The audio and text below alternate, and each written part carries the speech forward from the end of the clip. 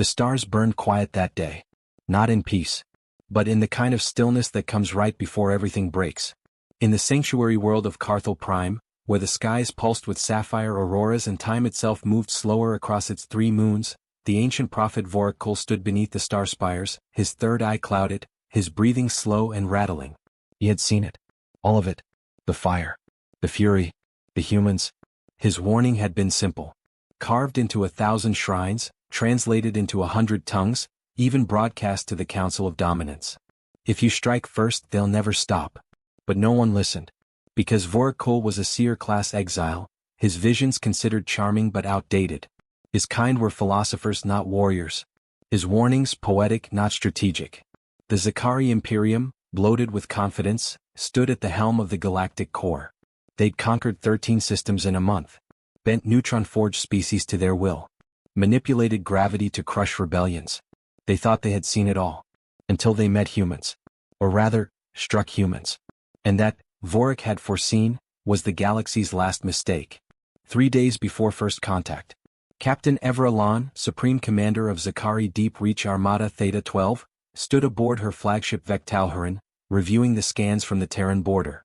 The Earth colonies had grown beyond expectation. Small settlements at first. But over the years they'd turned uninhabitable rocks into blooming hubs. Weapons platforms disguised as trade beacons. AI networks disguised as communication arrays. Civilian transports with shielding better than most military vessels. Are they posturing? One of her lieutenants asked. She didn't answer immediately. Instead, she looked at the long-range sensor feed. 5 Terran dreadnoughts. But only one had its weapon ports open. Strange, she thought. Almost like bait. I don't trust them, she said finally. They're too quiet. Too isolated. They don't bow to us, don't trade with us, don't attend council meetings. They keep to themselves. That's dangerous. Lieutenant Voss shrank slightly. Protocol dictates we hail them before any aggression. Captain Lon stared at the screen. And made her decision. No.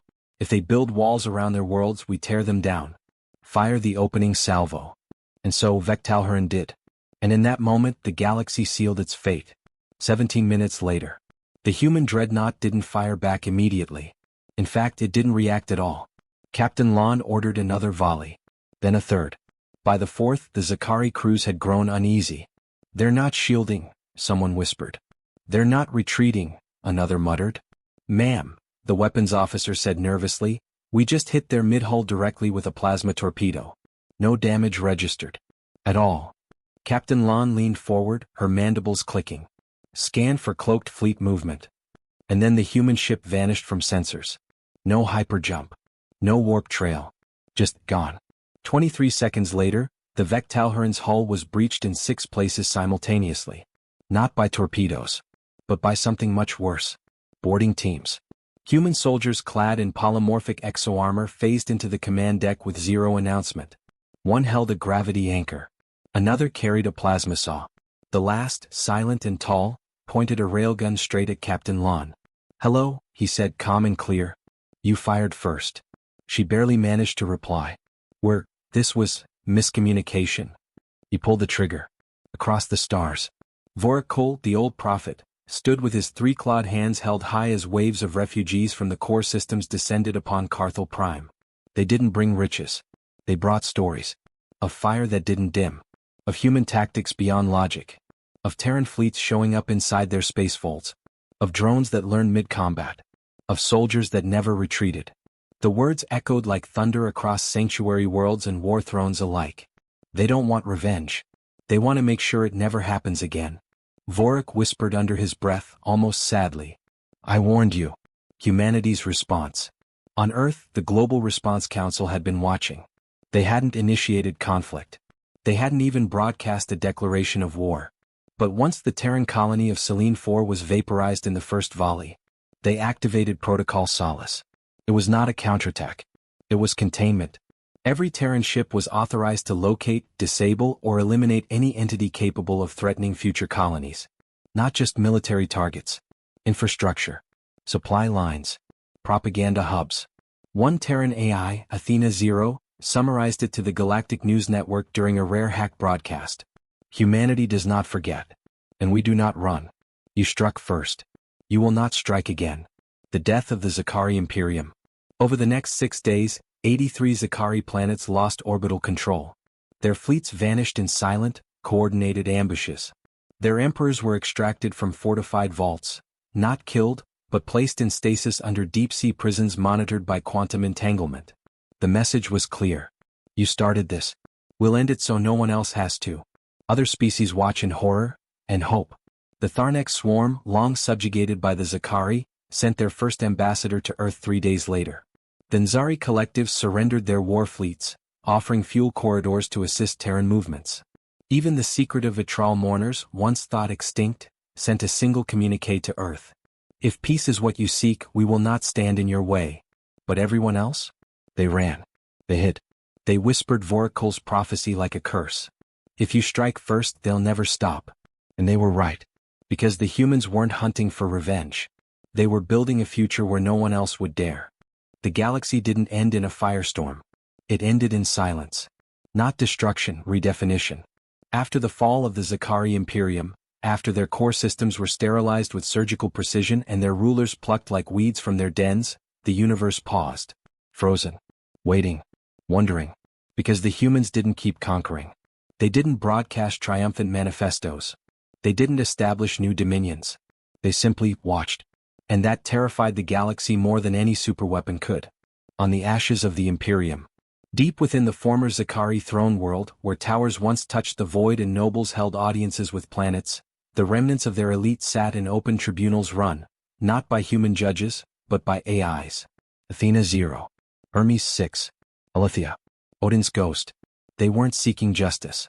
They weren't even demanding apologies. They asked only one question. Why did you strike first? The answers varied. Fear. Suspicion. Arrogance. Or worse, entitlement. One by one, the guilty were sent not to death, but isolation units orbiting dead stars, incapable of communication, resurrection, or memory sharing. It was worse than death. It was removal. The humans called it neutralization of future threat vectors. The rest of the galaxy called it soul erasure. The Watchers awake. Humanity had not sent their best diplomats to the Death World Council. They hadn't sent any diplomats at all. Instead, the council chambers, once filled with squabbling warlords, genetic tyrants, acid-blooded tacticians, received something else. A signal. Not a threat. Not a declaration. A simple loop. We acknowledge the prophet's warning was ignored. We will ensure that error is never repeated. The signal originated from a human beacon orbiting the black hole at Singularity Point 9, a place no species had dared colonize. Until now. Vorakul, prophet reborn. He had not asked for worship. He had not demanded vindication. Yet, suddenly Vorakul's name echoed across every planetary forum, every hyperchannel, every neural thread. Once mocked as a hermit, he was now seen as the only one who saw clearly. Species sent emissaries to Carthel Prime not with weapons but with books, data, relics. Please. Teach us. Guide us. Help us not become the next to fall. He responded to each the same way. Do not fear humanity. Fear the choices that make them necessary. Not an empire. Not a republic. Something else. What no one understood was that Earth wasn't operating under conquest protocol.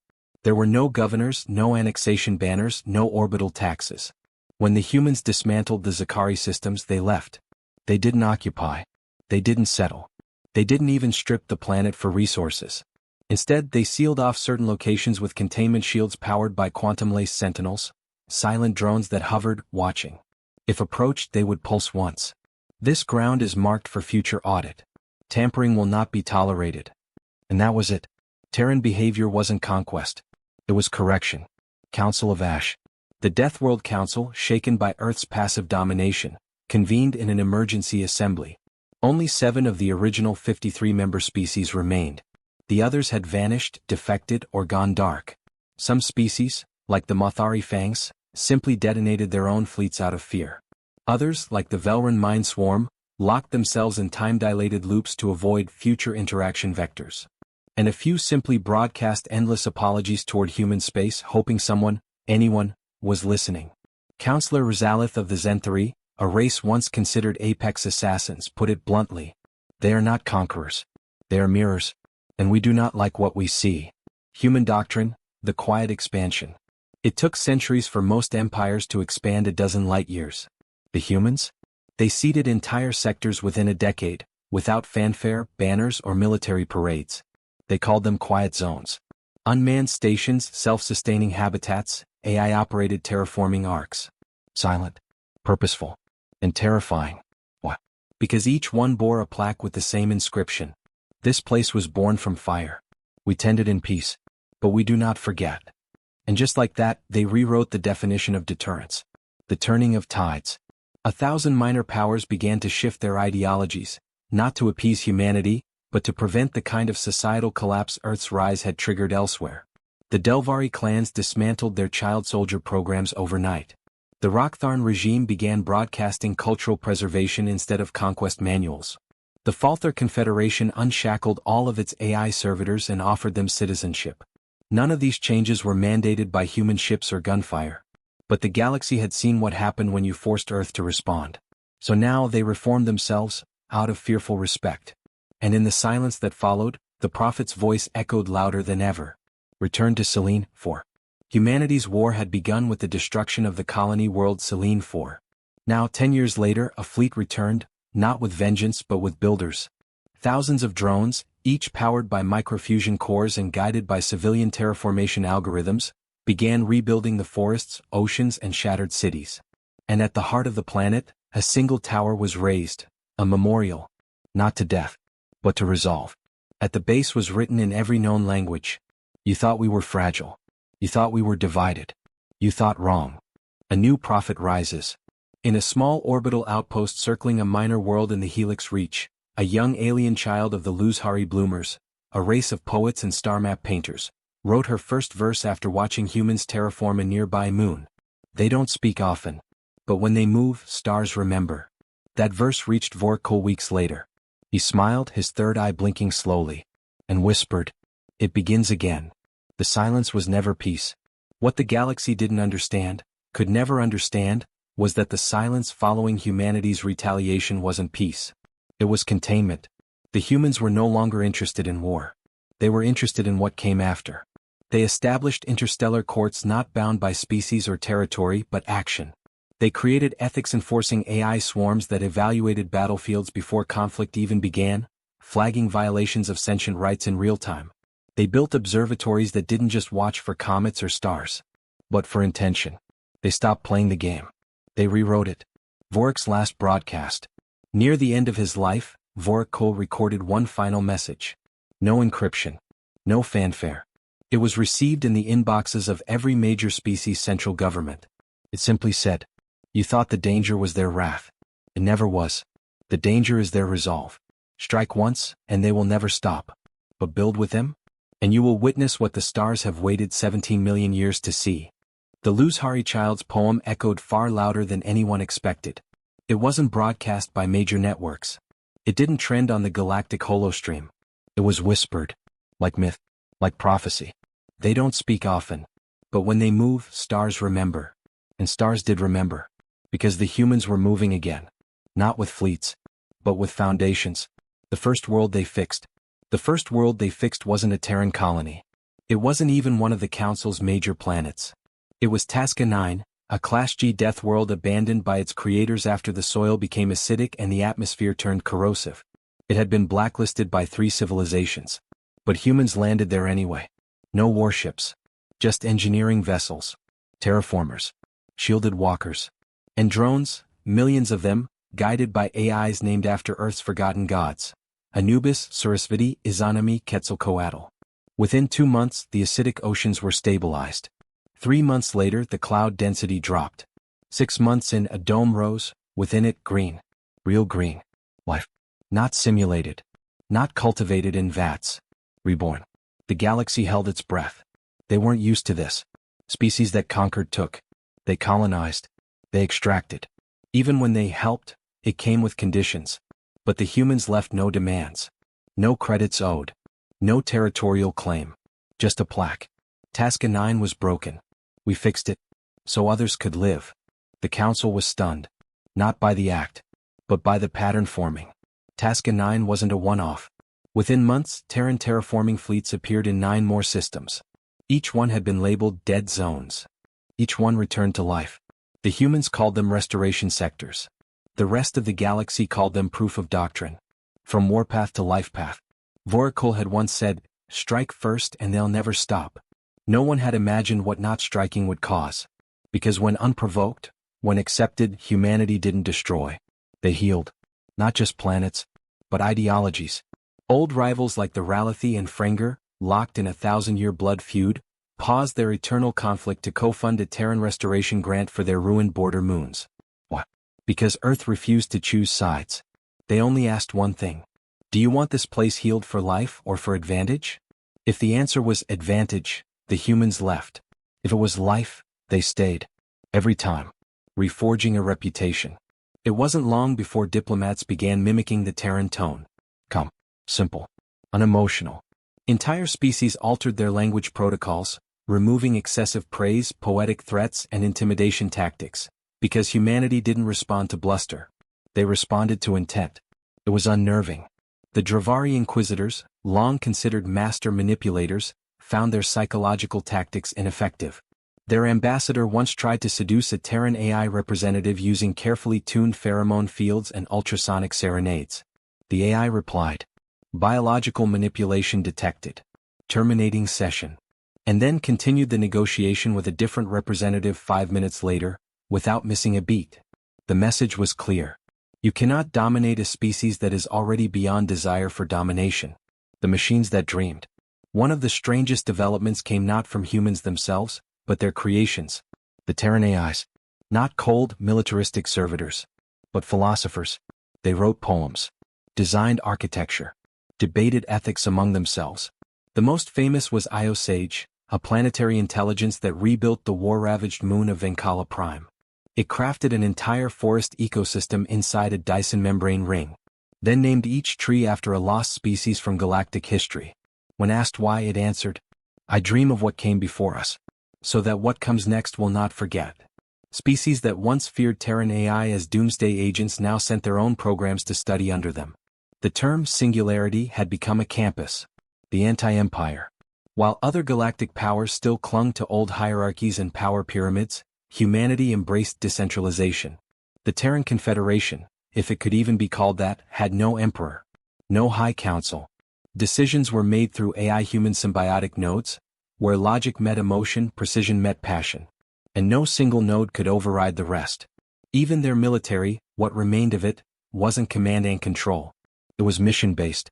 Every ship, every crew, every AI, functioned with autonomy bound by core values, not orders. Defend life. Prevent suffering. Balance force with memory. That was the doctrine. And it was terrifying. Because it meant you couldn't negotiate with one leader. You had to convince the culture itself. They didn't seek revenge. They sought restoration. In the deepest reaches of Sector 501D, a derelict war cradle of the Zakari Imperium drifted, still filled with half-grown war beasts and viral embryos. It was set to self-destruct after the Zakari's fall. The humans stopped it. They didn't weaponize the site. They turned it into a museum. The archive of unseen futures. Inside, holographic simulations showed what the galaxy might have become had peace prevailed. Had restraint won over fear. Had the prophet's warning been heeded. Visitors left shaken. Some wept. Others changed. Entire planetary governments shifted their education models after touring the archive. It was no longer enough to fear Terran wrath. Now they feared their reflection in humanity's mercy. Whisper networks and silent fears. Behind the polished speeches and public reforms, some powers conspired. Not to attack, but to understand. What is Earth's endgame? Why are they helping us? What happens when they fix everything? One rogue species, the Siloxians, attempted to infiltrate a quiet zone and reprogram a human terraforming AI. They didn't get far. The AI didn't retaliate with weapons.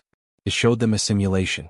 Their homeworld consumed by the very virus they planned to spread. Their children gone. Their skies black. Then it ended the simulation and asked, "Why are you still trying to break things we haven't even finished healing?" The Siloxian vessel fled. They've been silent ever since. Vork's chair. Vorakul, now elderly, was offered a position by Terran AIs. Not in government. In council. They built him a gravity-neutral seat in orbit of New Earth's equatorial ring, a place where species from across the galaxy could sit, ask, and listen. He never gave orders. He never passed laws. He simply spoke. And every time, his voice carried the same message. You feared their rage, but you should honor their repair. They are the scalpel, not the sword. And yet, despite all the healing, despite the restoration, despite the rebirth of scarred planets and the redemption of broken species, the warning remained. Every human ship bore it. Every AI whispered it. Every survivor remembered it. If you strike first, they'll never stop. Because that part hadn't changed. And everyone knew it. Vorkul's voice had become legend. But even legends have an end. The prophet of the first strike, the alien who warned the galaxy of Earth's wrath long before anyone understood its truth, passed away on a silent morning orbiting New Earth. He didn't speak with ceremony. He didn't leave behind a manifesto. He simply closed his eyes as the stars rose over Earth's equatorial light ring, his last breath a whisper in the vacuum of space. But the galaxy heard it anyway. And what followed wasn't silence. It was a storm. A funeral that changed civilizations. He had no species anymore. Vorik had left the Hrexi Union decades ago. His name had become too controversial, too Terran, too true. But when his death was announced, species that hadn't spoken in centuries came together. The Terrans offered a funeral orbit, no religions, no politics. Just memory. 33 civilizations sent tribute vessels. 500 AI minds constructed a crystalline thought form, a monument of Vorik's most powerful speeches, encoded in emotion logic pulses. The monument pulsed for 6 days. Each pulse triggered a new quote. Each quote triggered a moment of silence across 1,000 worlds. They will not begin the war. But they will be the ones who end it. The monument awakens. But something unexpected happened on the 7th day. The crystalline thought form didn't stop pulsing. It changed. It evolved. Terran AI hadn't programmed it that way. No one had. But Vorik's voice, recorded across thousands of frequencies and emotional tone layers, had merged within the crystal in a way the galaxy had never seen. It began to speak again. Not on loop. But new words. New thoughts. As if Vorik hadn't died. You believed I warned you of destruction. But I was telling you how to live. Humanity is not the sword. They are the mirror. What you do to them, you do to yourself. The AIs had no explanation. The council had no protocol. And the people, they listened. A generation rewired. The children of the Vorik monument, as they were later called, grew up in the era after the prophet's death. They didn't want war. They didn't fear humans. They sought them out. To learn. To mimic. To understand what made a creature capable of such relentless vengeance and boundless mercy. Thousands of interstellar students applied to Terran institutions. But not for weapons. For ethics. Psychology. Rehabilitation. The most requested program? The Path of the Patient Warrior. A human course taught jointly by veterans of the Orion Reprisal and the Terraformer Guild of Hope. The core lesson. If you carry a sword, also carry a seed. Secrets unveiled. Years after Vorik's death, a hidden archive was discovered deep within Earth's former military AI mainframe, Omega Vault 9. It was locked with a code no AI could break. Until the crystal monument pulsed a sequence in Vorik's voice. Let them see who you almost were. The vault opened. Inside. A simulation. One showing the unleashed version of humanity. A scenario modeled after a full galactic strike against Earth. Total war. It lasted 47 hours. Then the galaxy ended. Not metaphorically. Literally. The humans in the simulation didn't just retaliate, they rewrote gravity wells, weaponized quantum resonance, and tore time loops open to prevent civilizations from ever having existed. Then, deleted themselves. The final message of that simulation? Mercy is not our programming. It's our choice. The Council's final shift. That simulation shattered the last opposition within the Galactic Council. Even the most cynical warlords, the Siloxian hegemons, the Rail Dominion, the Apex Assemblage, publicly disarmed their long-range annihilation arrays. Not because they were scared of Earth's power, but because they were ashamed of their own cowardice. Vorik's words echoed again. You fear them because you see yourself in their worst moments. But what if you tried to see yourself in their best? The Council voted unanimously to dissolve the old war doctrines. In their place, they established the Coalition of Restoration, co-chaired by 3 human representatives and 1 AI. Its first act? Declare peace a mandatory education requirement across all systems. The children who changed everything. One quiet day on a distant world, a small group of Luzhari children gathered in a garden once scorched by war. They didn't know Vorik. They'd never seen Earth. But they'd grown up in a galaxy he helped save. and they played a game called Prophet's Path. In it, one child pretended to be humanity, the others pretended to be council worlds. The child playing humanity didn't fight. They healed. They carried water, built shelters, told stories. When asked why they didn't fight back after being attacked, the child smiled and replied, "Because I remember what Vorik said. If they strike first, they won't stop. But maybe, if we never strike at all, they'll stay forever." The legacy etched in the stars. Across the galaxy, ancient warships were dismantled and reshaped into beacons. Terraformer fleets once guided by conquest now answered distress signals from dying worlds. And at the edge of the Orion Scar, a new station shimmered into orbit. The Vorik Humanity Peace Nexus. Its mission was not to police. It was to remember. Within its halls, a room played the entire history of the first strike, the retaliations, the vengeance, the pause, and the long, slow breath of mercy that followed. At its center stood the final sculpture ever approved by Vorik. A mirror. Just a mirror. Engraved below it, "You feared them once, but they waited. You struck them once, but they rebuilt. You watched them burn. And still, they chose to make gardens." Humanity never wanted the crown. No throne was built for Earth.